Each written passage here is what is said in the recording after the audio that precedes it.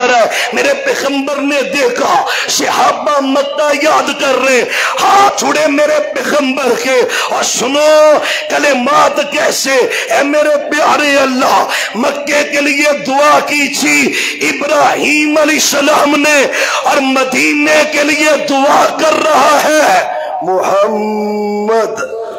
یار ذرا پڑھے پھر پڑھ لو، اوکے سوکی اوکے پھر پڑھ لو، قسم اللہ کی درود پڑھنے والے بن جائے پتہ بھی نہیں ہوندہ تے رب ویزا لوا چھڑ دا جے درود تو پڑھا کرے محمد صلی اللہ علیہ وآلہ وسلم۔ آپ کہتے ہیں یا اللہ میں دعا کر رہا ہوں اللہ مدینے میں برکت دے دے، یا اللہ برکت کتنی چاہیے؟ میرے پیغمبر نے کہا ڈبل برکت چاہیے، یا اللہ مکے سے ڈبل برکت مدینے میں چاہیے، مدینے میں برکت کر دے، مدینے کے برتنوں میں برکت کر دے، مدینے کی زمین پہ برکت کر دے، بیماریاں ختم کر دے۔ آپ کا ہاتھ اٹھا، اللہ نے بیماریوں کو مدینے سے رفع کیا اور پھر وہی مدینہ سا برکتی برکت ہے۔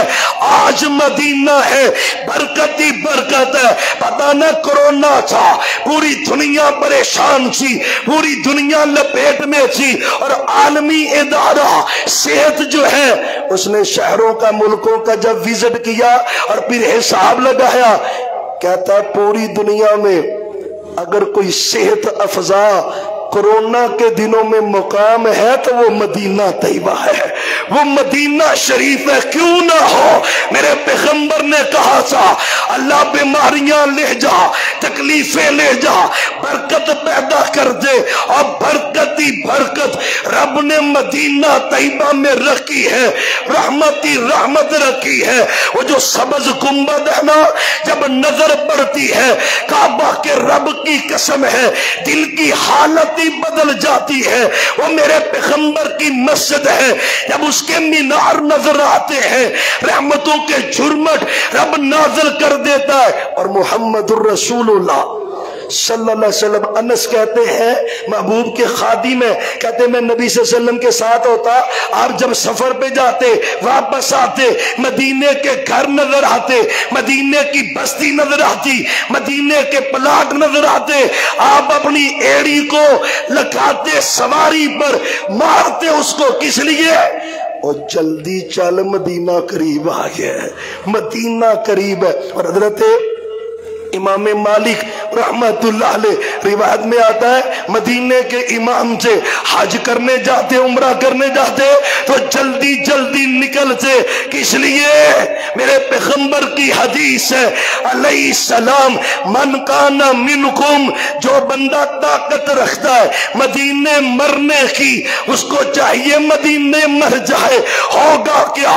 سب سے پہلے رب اہل مدینہ کی سفارش کرے گا، کہتے میرا دل کرتا ہے مجھے موت آئے تو مدینہ طیبہ میں آئے، باگے باگے آتے مدینہ طیبہ میں۔ اور پتہ ہے میرے عمر کی دعا کا، اللہم ارزقنی شہادتاً فی سبیلک واجعل موتی فی بلد رسولک۔ یا اللہ شہادت چاہیے اور نبی کے شہر میں چاہیے، شہادت چاہیے اور نبی کے۔ صحابہ کہتے ہیں ہمیں سمجھ نہیں آ رہی تھی بھی مدینے میں تو جنگ ہی نہیں لگ سکتی، یہ شہادت ملے گی کیسے؟ لیکن رب نے دعا کو مستجاب کیا ہے۔ فجر کی نماز میں اٹیک ہوا، مسجد نبوی میں شہادت کا رتبہ اللہ نے میرے عمر کو دیا ہے۔ یہ تڑپ تھی رب کے گھر کے ساتھ، اور بھائیو مکہ بھی اعلیٰ مدینہ بھی اعلیٰ، اور پھر یہ مکی مدنی سردار میرے پیغمبر اعلیٰ۔ اگر کسی نے گستاخی کی مکے میں رب نے اس کو بھی ذلیل کیا ہے، اگر کسی نے گستاخی کی مدینہ میں رب نے اس کو بھی ذلیل کیا ہے۔ اور آج کوئی ہندوستان کی وہ پلید بی بی ہو یا کوئی مرد ہو یا کوئی بھی ہو جو میرے پیغمبر کی گستاخی کرے گا، اللہ کی قسم ہے یہ کروڑوں مسلمان مسلمان ہیں کروڑوں، اللہ کی قسم ہے زندگی کا فائدہ کیا ہے اگر ہماری زندگیوں میں پیغمبر کی عزت پہ حملہ کیا جائے؟ انشاءاللہ ضرورت پڑے گی تو اپنی جانوں کو بھی قربان کریں گے انشاءاللہ۔ اور حکمرانوں اور غیرت کی گولی کھاؤ، سارے مسئلے نیچے ہیں، سب سے بلند میرے پیغمبر کی عزت ہے۔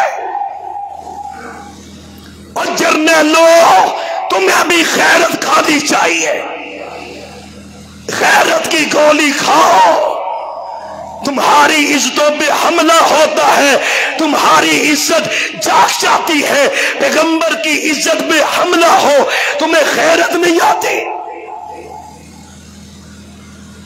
انشاءاللہ اللہ کی قسم ہے یہ پاکستان کے کروڑوں عوام پیغمبر کی عزت پر کٹ مرنے کے لیے تیار ہے، اور ہاتھوں کو بلند کر کے عزم کرے، ضرورت پڑی انشاءاللہ جانیں قربان کریں گے، انشاءاللہ کریں گے انشاءاللہ۔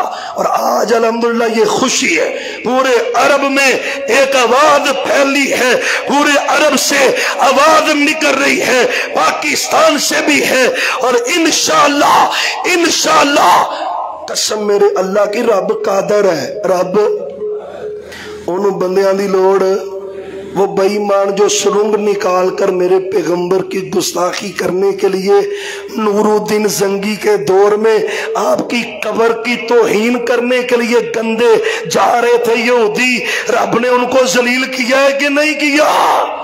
کوئی نہیں بچے گا، نماز اچھی، روزہ اچھا، حج اچھا، زکوٰۃ اچھی، مگر میں باوجود اس کے مسلمان ہو نہیں سکتا، میں جب تک کٹ مروں خاچہ یثرب کی حرمت پر خدا شاہد ہے کامل ایمان میرا ہو نہیں سکتا، وما توفیقی الا باللہ۔